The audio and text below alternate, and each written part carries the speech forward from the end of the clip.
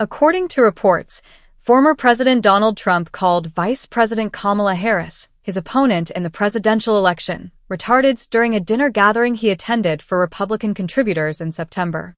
Please kindly subscribe to our YouTube channel, turn on the notification bell so as to get all our updates.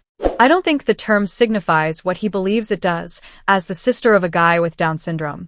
If you look closely at the word's origin, you'll see that it derives from the Latin retardare, which means to keep back or hinder, and was used in the 15th century.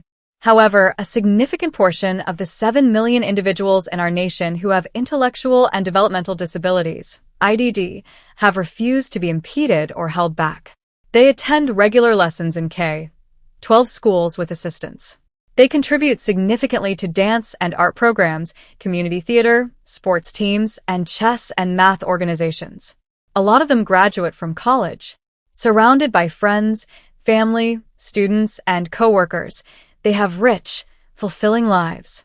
The R word stings even if it doesn't adequately describe or represent the reality of these people's experiences or skills. Have you heard anything? After the alleged event was published in the New York Times, I called my brother to ask him. He informed me, I heard about it. He is mistaken. In Ventura, California, I saw my brother's goal come true throughout our youth and middle age. He participated in every sport the Special Olympics had to offer. He worked, was a member of the YMCA, and attended the weekly men's club meeting at the neighborhood pizzeria.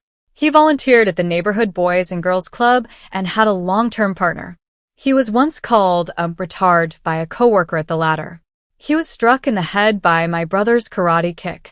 Although I oppose violence, it seems appropriate in this instance. My next book, Down Syndrome Out Loud, 20-plus stories to change your mind about disability, Sourcebooks, 2025, is inspired by him. For it, I conducted interviews with 24 IDD sufferers worldwide. I've heard of the Special Olympics Spread the Word to End the Word campaign, whereby celebrities like Jane Lynch from Glee's and Lauren Potter, who portrayed Becky Jackson, a cheerleader with Down syndrome on the show, taped public service announcements imploring people to refrain from using the R word. That PSA does not seem to have been seen by Trump. I wonder whether he has ever met Kayla McKeon, the National Down Syndrome Society's manager of grassroots activism and the first registered lobbyist with Down syndrome in the United States. Is he aware of Charlotte Woodward, a Down syndrome activist who is pushing for equal rights in the workplace and in healthcare? In order to enact the Charlotte Woodward Organ Transplant Discrimination Prevention Act, she worked relentlessly with House representatives. I'm prepared to wager that Trump has never seen Nickelodeon's The Loud House. For the show, Jared Kozak, a voice actor with Down syndrome, has dedicated endless hours to honing his performance as CJ, a character who shares his genetic condition. After Zach Gottsagen became the first actor with Down syndrome to present at the Academy Awards, did he see the feature film, The Peanut Butter Falcon? No, I suppose. Trump treats people rudely and cruelly. Gottsagen recently told me that is not the type of person who should be president. He is aware that disrespect breeds contempt for a person's fundamental humanity. As siblings, parents, and friends of those over 50 with Down syndrome, we have personal experience of what that ignorance used to look like for this group.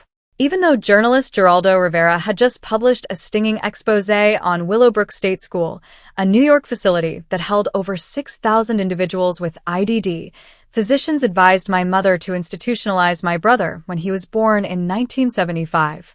Those people were living in filth and dirt, their clothing in rags, according to Robert F. Kennedy, who visited the facility in 1965.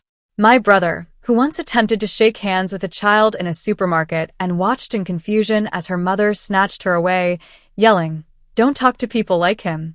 I fear that if we elect Trump president again, we will revert to this dark age of cruelty toward those who look and sound a little different from the majority.